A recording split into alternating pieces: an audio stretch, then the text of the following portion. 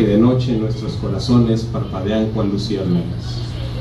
La semilla sagrada del viento que nace entre las murallas es la música que suena, no para uno, sino para todos, y los animales celestes nos reunimos en este templo suicida. Somos la visión de esta bóveda extendida, y también somos las notas de instrumentos luminosos. Somos testigos de los siglos, de las ciudades caídas y sus partículas de polen, de las semillas de dientes de león y de esporas que diseminan su rugido. Somos aves y navegaremos sobre la frontera vertical, donde se reúnen los mares profundos y los moluscos que engullen orquestas. Este lugar, como muchos antes, ha muerto y solo puede reconquistarse al surcarlo, arremolinándose en el firmamento. Orgullosas criaturas aladas de vida fresca sobre las ruinas. De luz son nuestros nidos, otorgados por los dioses, que crearon mientras ebrios y bailaron borrachos por millones de años. Trazaremos una nueva ruta que demanda un nuevo vuelo, que llevaremos sobre las alas del sonido, al otro lado, que está despoblado y que es la orilla de este mundo. Gracias.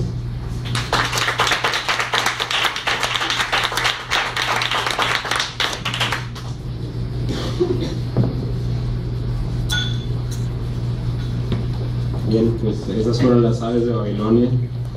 El siguiente título es también, coincidentemente, esto fue sin propósito alguno, es el nombre de un animal y un lugar, y se llama Los Leones de Tiananmen. Es un cuento largo, espero me tengan paciencia. Los Leones de Tiananmen. Ronald Winchester tenía varias semanas en Pekín. Su viaje fue duro. Llegó a Hong Kong y tomó el tren hasta Canton, donde le esperaba el vuelo que le llevaría a la capital. Estaba exhausto. Lo único que deseaba era abordar ese avión. No importa, pensó. Todo lo que tienes que hacer es subir. La providencia se encargará del resto. Fuertes ventarrones sacudieron la nave. Los débiles asientos temblaron ante la inclemencia. Todos los pasajeros, excepto Ronald, hundieron las cabezas entre sus rodillas. Él nunca haría algo así. Si habría de morir, prefería hacerlo con el rostro en alto, sin temer la hora. Trató de clavar su mirada en el horizonte, pero su ventana no era más que el pequeñísimo marco de un enorme cielo oscuro, secuestrado por nubes negras, un campo infinito de sombra sobre sombra sobre sombra. Se presentó nuevamente la calma y las cabezas nacieron sobre los respaldos. La aeromoza se puso de pie, graciosa y de ropa holgada, andaba con una tetera abollada en la mano, iba y venía una y otra vez desenvolviéndose por el pasillo entre los pasajeros, anunciando la hora del té. Repitió la misma escena varias ocasiones, rellenando ahora una sucia taza, ahora sirviendo caldo de patas de pollo. Le pareció gracioso, le habló al oído y creyó escucharle decir: tenga cuidado, mientras se ocupaba de ello. De pronto, las luces amarillas de la ciudad le salpicaron. Al aterrizar fue recibido por una partida de oficiales que lo llevaron hasta un cuartel en el corazón de la metrópoli. Aparecieron soldados de par en par, con fusil a cuestas y trazándose de puerta en puerta, copias uno del otro, enfundados en verde militar, kepis sobre la cabeza y como ecuador un cinturón blanco que acentuaba los vivos en rojo que se cargaban sobre los hombros. La seguridad era apretadísima y la privacidad nula. Las puertas habrían de permanecer abiertas a todas horas. Se lo repitieron hasta el cansancio. Le indicaron su habitación y le asignaron una puerta y un soldado. Al menos pensó que le sería imposible extraviar una llave que nunca tuvo para empezar y se sintió extrañamente reconfortado. Tomó un baño de agua caliente, deshizo su maleta y se echó a dormir. A pesar de la tensión política, él era libre para disponer de las amenidades del cuartel a su antojo y gozaba con cierta libertad adulterada. Abandonó sus miedos precarios al tiempo. Le trataban bien y de vez en cuando le permitían salir. Dejó de preocuparse del todo y al contemplar la ciudad no tardó mucho en forjar su opinión. En su concepto era una ciudad de soldados y civiles, de bullicio y de sosiego, gobernada firmemente por la fuerza militar y la amenaza de emplearla. Ronald sabía que su viaje era uno de muchos esfuerzos para hacer valer la nueva cara del panorama internacional después de la ruptura chino-soviética. Por las tardes se reunía con oficiales en pos de inclinar las relaciones a favor de su país. Ejemplo y diplomacia, se repetía, y a veces en su habitación imaginaba cómo él, a una sola mano, terminaba con la Guerra Fría. Un buen día, al cierre de una junta, un oficial apuntó: «Le recuerdo, Mr. Winchester, que mañana no nos reuniremos. Es el día de barrer las tumbas y hay quienes guardamos el trabajo». «¿Día de barrer las tumbas? Vaya extraño para un día», replicó Ronald. «No es tan solo un apodo, Mr. Winchester. Honramos a nuestros ancestros. Es un día importante para la ofrenda y una de nuestras tradiciones más antiguas. Le sugiero visite la gran plaza de Tiananmen si es que desea pagar sus respetos. Cuenta con mi autorización». «¿Usted estará allí?» «Probablemente», dijo, mientras ajustaba un juego de carpetas contra su escritorio. «No olvide salir temprano, de otro modo le será imposible hacerlo», dijo el oficial en voz amenazante. Aquel día amaneció suave y melancólicamente en la plaza. Cobijada por el gran palacio, distintos titanes inmóviles le guardaban y se arrodillaban ante ella. A su costado, arroyos de aguas doradas corrían reverberando bajo el sol. Justo en su eje, y como un gran galeón, se asomaba el monumento a los seres del pueblo, cortando olas de un sinfín de crisantemos blancos. Las notas dilatadas de los pasos, lúgubres como el doblar de una campana, se dejaban oír levemente ahogadas por la distancia. La multitud comenzaba a remolinarse y el clamor creciente, arrollador, se había apoderado de la atmósfera antes serena. Solo el murmullo delicado, penetrante del viento, rompía de vez en cuando la melodía taciturna del pueblo al marchar. Ronald despertó, se apresuró a salir y no tardó mucho en llegar a la plaza. Asombrado por Tiananmen, descubrió cómo ésta, enorme, se extendía por detrás del horizonte. Observó a la muchedumbre que caminaba en un silencio inmutable y que contemplaba incrédulo. Nunca se había sentido tan fuera de lugar, tan fuera de sí. Su garganta palpitante no podía pasar saliva. Todas las personas unidas en luto, en dolor, y él ahí, cual islote, tan lejos del hombre, tan lejos de casa. Deseaba formar parte de ellos, pertenecerles, pero se sabía caucásico, de ojos redondos, de cabellos rubios, de ropa extraña y tan occidental que atemorizaba profanar en lo más mínimo aquella inmaculada caravana. Naufragó en sus pensamientos sin percatarse que flotaba suavemente hacia ellos y una vez encontrándose entre aquella multitud gangrenada, abrió los ojos.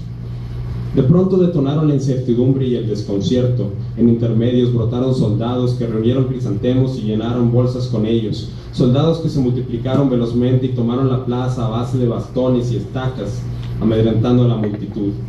El pueblo puso resistencia, se tomó de las manos y construyó así una fortaleza. La muchedumbre abnegada se acorazó. Siguieron al anterior más bandadas de soldados. Los pies del pueblo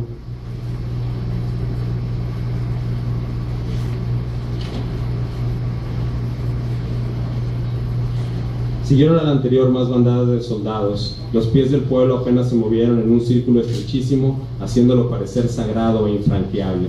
El ejército arremetió con nuevos bríos y logró penetrarles. Una sorda explosión estalló en la plaza y el pueblo se dispersó aturdido, como lo hacen las hormigas al alebrestarse. Ronald salió ileso y corrió tan rápido como pudo. Al tomar aliento advirtió un antiguo edificio, abandonado en apariencia, en donde tomó refugio. Con tanta sangre en la cabeza fue incapaz de pensar claramente, y tan pronto el dolor comenzaba a ceder, le sujetaron del brazo. Sobre su hombro se asomó un viejecillo pequeño y perspicaz, de ojos sagaces, casi gatunos, quien a pesar de su apariencia enigmática, irradiaba en una apacible confianza.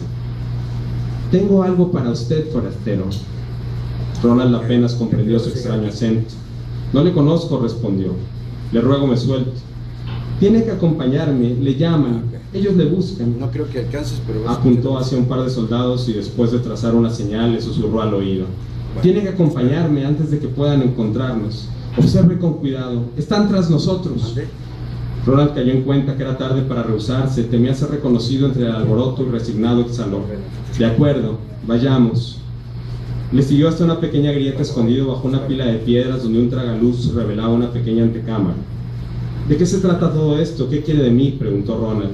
El viejecillo hizo caso omiso, su escálido dedo apuntó a una silla y no tardó mucho en romper el silencio. Parecía estar nervioso. «Le estaba esperando, pero no importa, usted ya está aquí». Los pocos dientes que se aferraban a sus encías eran afilados y se asomaban intermitentemente entre sus fauces. Sus labios se hinchaban al hablar y cada que hacía una pausa se guardaba uno dentro del otro. Tocándole el hombro le dijo: «No sea impaciente, confía en mí, haré valer su tiempo, ya lo verá, sí, ya lo verá», rió.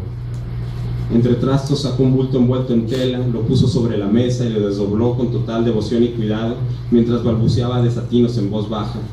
Al terminar, 2 hermosos leones chinos, labrados en madera oscura, prevalecieron. Macizos todos ellos y de una sola pieza, eran únicos bajo el sol. Sus anchos y burdos rasgos inspiraban una ferocidad pura. La melena les crecía por detrás de la cabeza en forma de gajos y sus ojos parecían perforar el alma de quien se atreviese a mirarlos fijamente. Sentados solemnemente, con las patas traseras recostadas, la cabeza en alto y el frente erguido, ostentaban el pecho. Excelsos, detallados elegantemente desde la punta de la cola hasta la nariz, eran sin duda obra del mejor de los artesanos. La única diferencia entre uno y otro era el objeto que apresaban bajo sus garras. Uno aprisionaba una esfera, mientras que el otro cuidaba de un cachorro igual a su bedel, con el abdomen boca arriba. Sus hocicos apretaban con recelo un par de perlas blancas que crispaban bajo el sol. «Son maravillosos», vociferó Ronald haciendo una pausa. «Son lo más hermoso que he visto en vida. Son capaces de preservar cualquier objeto sobre la faz de la tierra, sin excepción. Nada es más fuerte que su voluntad, se lo aseguro», replicó el viejecillo con orgullo. «¿A qué época pertenecen?»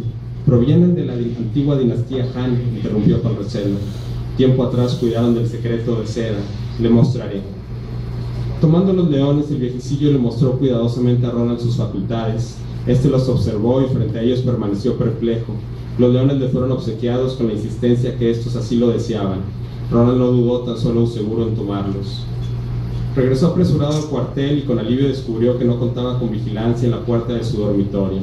Entró a su habitación rápidamente y paranoico dispuso de los leones como si fuesen parte de la decoración, entre otras figuras que adornaban su alcoba, las cuales no dejó de ajustar hasta que estuvo enteramente satisfecho que pasarían inadvertidos. Aquella noche sufrió insomnio y los leones se le metían por los ojos mientras pensaba obsesivamente que le era preciso regresar lo más pronto posible a casa. La mañana siguiente telefonó al buró. Se declaró enfermo y se rehusaba a pasar un minuto más en Pekín. El último día de su estancia, Ronald lo pasó en cama, cerciorándose que nadie los percatase. No fingía del todo su enfermedad. El ansia de estar a sola con ellos le roía el espíritu. Los trámites se realizaron con rapidez y a los 3 días Ronald se encontraba nuevamente en un aeropuerto. Cuando la gente que lo esperaba lo encontró bueno y sano, Ronald le adjudicó su malestar a la comida. «Esos chinos vaya que comen como perros», alegó. Tan pronto se encontró solo en casa, tuvo la oportunidad de poner a prueba su botín. Recordaba vagamente las palabras del viejecillo y aunque al principio no le eran muy claras, poco a poco inundaron su mente. Comenzó con algo frágil y simple, se fue a la cocina por una copa de cristal y la colocó sobre la mesa, entre los leones. De sus fauces arrebató las perlas guardándolas en su bolsillo. Intentó levantar la copa, pero le fue imposible. Parecía estar clavada al centro mismo del planeta. Una sonrisa de satisfacción se embozó en su rostro. Empuñó su bastón, lo levantó sobre su cabeza y lleno de ira asestó un certero golpazo. La naturaleza del impacto le hizo soltar el arma, en sus manos una línea roja y sobre la mesa la copa intacta. Pensó en mover la mesa desde la base, pero también fue en vano. Rió a carcajadas, tomó las perlas, las colocó de nuevo en sus hocicos, llenó la copa de vino tinto y levantándola brindó en solitario. Meditó por largo rato hasta que decidió continuar experimentando. Acercó un pequeño baúl y lo llenó con diversos objetos. Sin sorpresa descubrió que el efecto no variaba. Eran capaces de resguardar varias cosas a la vez. Ensayó también con figuras de porcelana, con viejas revistas, con joyas y con un tocadiscos. Probó bastonazos, cuchillazos e inclusive con fuego. Todo esfuerzo fue inservible. Salió de su casa y regresó al poco tiempo con un cofre agujerado. Dentro, un pequeño conejo indefenso. Buscó su revólver, cruzó la habitación y golpeando a rato las paredes con la culata recorrió el pasillo principal trastabillando hasta postrarse frente a los leones. Allí se detuvo, ató al conejo, se sentó frente a él y bajo las sombras lo encañonó y tiró del gatillo. La bala atravesó al conejo de costado a costado, matándole instantáneamente y abandonó sus despojos tal cual, se dispuso a meditar nuevamente. Conforme pasaron las semanas, su obsesión se fue acrecentando.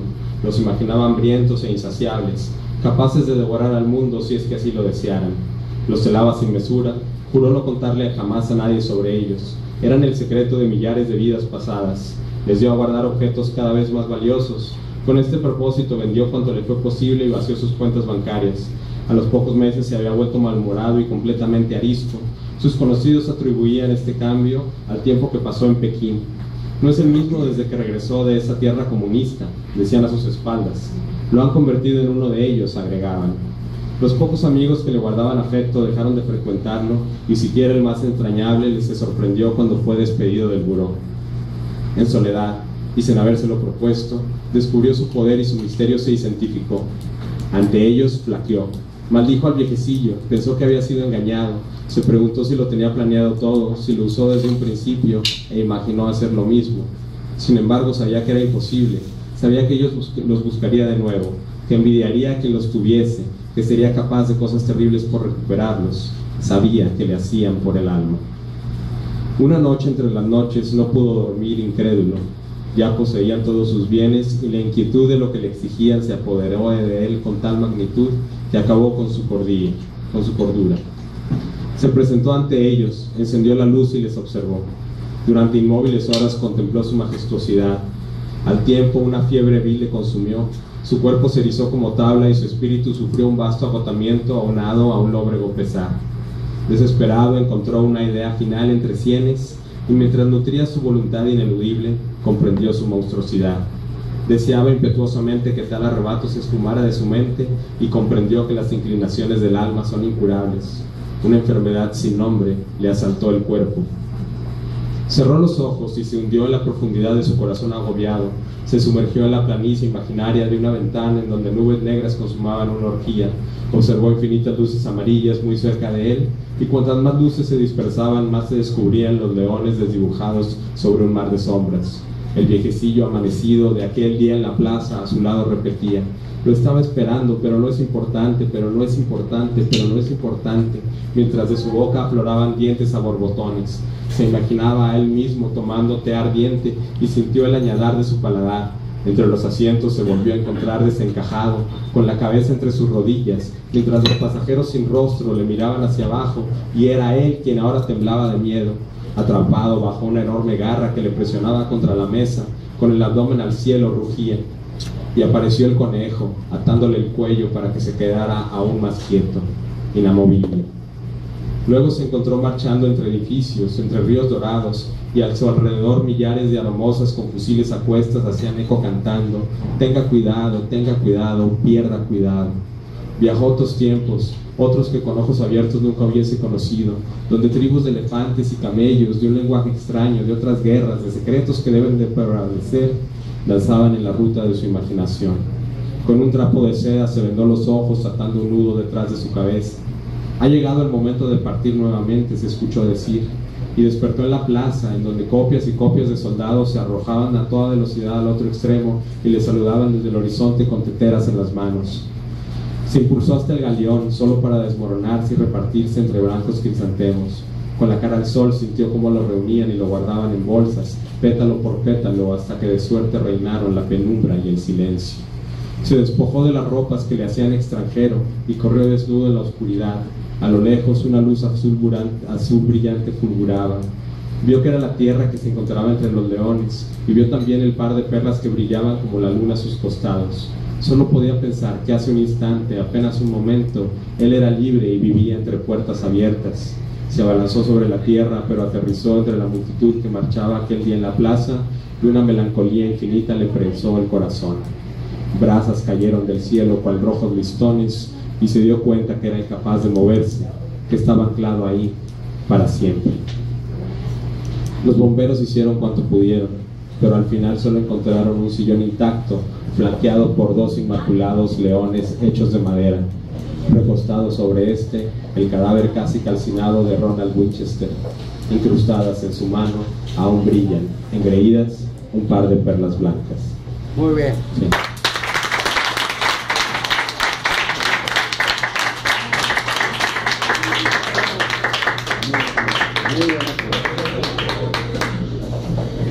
Un poco largo, por eso, fue al principio.